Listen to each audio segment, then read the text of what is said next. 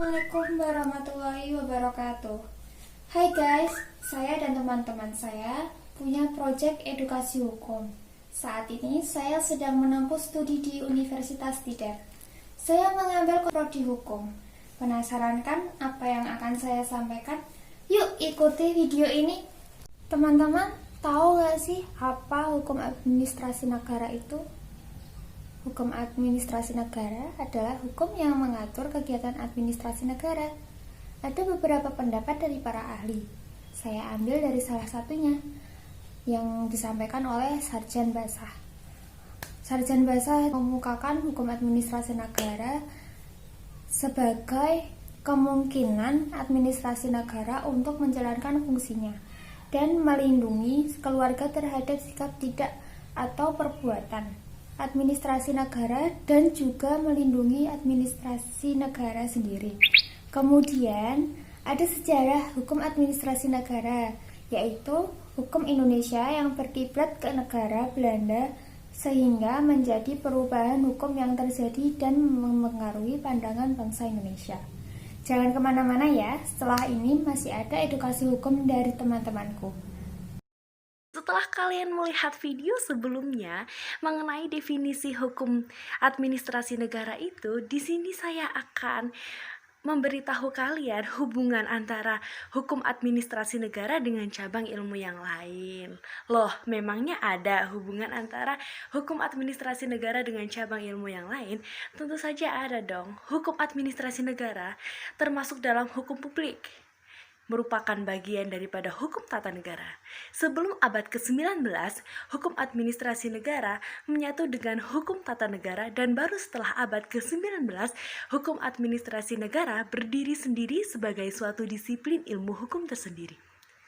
Pada abad pertengahan ke-20, hukum administrasi negara berkembang dengan pesat sebagai tuntutan timbulnya negara hukum modern welfare state yang mengutamakan kesejahteraan rakyat. Hukum administrasi negara sebagai suatu disiplin ilmiah tersendiri dapat dilihat dalam teori residu dari Van Vollenhoven yang membagi seluruh materi hukum itu secara terperinci sebagai berikut. 1. Hukum tata negara material yang terdiri dari pemerintah, kepolisian, dan peradilan. Kemudian hukum perdata material, hukum pidana material yang terdiri dari hukum pemerintahan dan hukum peradilan. Dari hukum peradilan terdiri dari peradilan tata negara, hukum acara perdata, hukum acara pidana, dan hukum peradilan tata usaha. Oke, setelah kalian tahu tentang hubungan antara hukum administrasi negara dengan cabang yang lain, kali ini saya akan memberitahu kalian tentang ruang lingkup hukum administrasi negara itu. Isi dan ruang lingkup hukum administrasi negara menurut Van Vollenhoven dalam bukunya yang berjudul On Track, Fathead Administratrix, yang memberikan skema tentang hukum administrasi negara dalam kerangka hukum seluruhnya sebagai berikut. Hukum tata negara meliputi pemerintah, peradilan, polisi, dan perundang-undangan. Kemudian hukum perdata, hukum pidana, hukum administrasi negara yang terdiri dari hukum pemerintah dan hukum peradilan yang meliputi hukum acara pidana, hukum acara perdata, dan hukum peradilan administrasi negara. Kemudian ada hukum kepolisian dan hukum proses perundang-undangan. Pendapat Van Vollenhoven dikenal dengan residu teori. Oke, setelah kalian paham tentang ruang lingkup hukum administrasi negara, silahkan simak video selanjutnya. Selanjutnya saya akan menjelaskan tentang sumber-sumber hukum administrasi negara. Sumber-sumber hukum administrasi negara terdiri dari sumber hukum material dan sumber hukum formil. Sumber hukum material adalah sumber di mana ditemukannya isi materi hukum itu atau faktor-faktor yang mempengaruhi isi dari pembentukan hukum seperti faktor sosial, politik, ekonomi, tradisi, pandangan keagamaan, dan kesusilaan, dan seterusnya.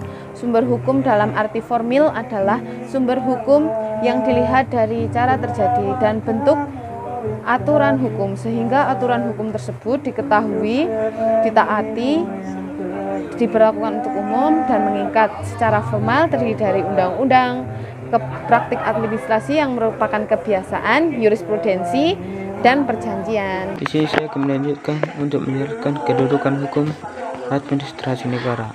Hukum administrasi negara merupakan salah satu cabang atau bagian dari ilmu hukum yang khusus. Hukum administrasi negara merupakan ilmu hukum yang tidak statis, akan tetap berkembang sesuai dengan perkembangan kebutuhan dalam masyarakat. Seorang ahli Philippus M. Hadjon DKK mengemukakan bahwa hukum administrasi negara administrasi material terletak antara hukum privat dan hukum pidana atau publik. Hukum pidana berisi norma-norma yang begitu penting atau esensial bagi kehidupan masyarakat, sehingga penegakan norma tidak diserahkan pada pihak partikular, harus dilakukan pengusaha. Hukum privat berisi norma-norma yang penegakannya dapat diserahkan pada pihak partikular. Kali ini saya akan memaparkan tentang kewenangan hukum administrasi negara dalam pemerintahan. Kewenangan dalam bahasa hukum tidaklah sama dengan kekuasaan. Hal tersebut dikarenakan bahwa kekuasaan hanya menggambarkan suatu hak untuk berbuat ataupun tidak berbuat, dan kalau wewenang dalam hukum sekaligus berarti hak dan kewajiban atau rechen and pichen. Dan dalam otonomi daerah, hak mengandung arti kekuasaan untuk mengatur diri sendiri dan mengolah sendiri. Semua ketentuan yang mengikat warga negara harus didasarkan pada undang-undang seiring dengan pilar utama negara hukum, yaitu asas legalitas. Maka, dengan prinsip ini, tersirat bahwa wewenang pemerintah berasal dari peraturan perundang-undangan.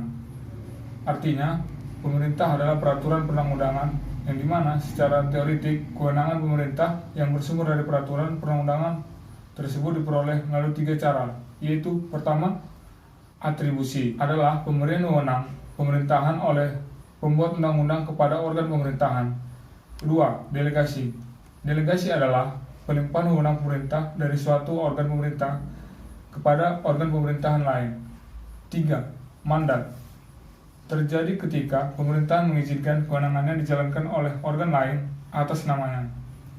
Menurut Prajudi Atmosudirjo, legalitas adalah syarat yang menyatakan bahwa tidak satupun perbuatan ataupun keputusan administrasi negara tidak boleh dilakukan tanpa dasar undang-undang tertulis. Dalam arti luas, bila sesuatu dijalankan dengan dalih keadaan darurat, maka kedaruratan itu wajib dibuktikan. Kemudian jika tidak bisa dibuktikan, maka perbuatan tersebut bisa digugat ke pengadilan. Menurut Ridwan HR tahun 2003, setiap perbuatan pemerintah harus bertumpu pada kewenangan atau legalitas yang sah berdasarkan peraturan perundang-undangan. Tanpa adanya kewenangan yang sah, seorang pejabat ataupun badan tata usaha negara tidak dapat melakukan suatu perbuatan pemerintahan. Kemudian Undang-Undang Nomor 30 Tahun 2014 menentukan bahwa penugasan kekuasaan negara harus dengan persyaratan keputusan dan atau tindakan harus ditetapkan oleh pejabat yang berwenang. Konsekuensi atas tidak terpenuhinya asas legalitas dan AUPB dapat berakibat pada keputusan atau objek keputusan menjadi tidak sah, keputusan yang dibatal atau keputusan dapat dibatalkan. Akan menjelaskan tentang subjek dan objek hukum administrasi negara dan sifat hukum administrasi negara. Pertama, subjek dan objek hukum administrasi negara. Subjek hukum adalah substansi yang memiliki hak dan kewajiban yang berkaitan dengan hukum antara substansi dan kualitas. Ada 2 objek hukum, yaitu 1. Manusia sejak lahir sampai meninggal, baik seorang warga negara maupun warga negara asing tanpa memperhitungkan kondisi sosial, budaya, dan agamanya. Yang kedua, badan hukum, suatu badan yang terdiri dari kumpulan orang yang diberi status person oleh hukum sehingga mempunyai hak dan kewajiban. Untuk yang kedua, sifat hukum administrasi negara sebagai berikut. 1. Peraturan-peraturan HAN tidak seragam. Ini disebabkan karena pembuatan peraturan HAN tidak hanya pada satu tangan. Yang kedua, peraturan HAN atau hukum administrasi negara sukar atau tidak mungkin dikodifikasi. Yang ketiga, Han adalah peka terhadap politik. Dalam arti sebagai kebijaksanaan kenegaraan, sedangkan pemerintah sebagai penguasa negara. Untuk yang poin 4, Han menelusup atau merembes ke segala aspek kehidupan masyarakat. Jadi kesimpulannya, dalam sebuah negara hukum administrasi negara sangat penting dalam melaksanakan aktivitas dalam tugas negara untuk mencapai tujuan. Fungsi administrasi negara dalam sebuah negara untuk menyeimbangkan dan mengendalikan kepentingan masyarakat, mengatur cara-cara berpartisipasi masyarakat dalam pembuatan kebijakan, perlindungan hukum, pelaksanaan pemerintahan yang baik. Hukum administrasi negara sifatnya objektif dan memusatkan pada kepentingan umum. Nah, sekarang kalian tahu kan apa pengantar hukum administrasi negara? Itulah dari penjelasan dari teman-teman saya. Kurang lebihnya mohon maaf. Sekian dan terima kasih. Wassalamualaikum warahmatullahi wabarakatuh.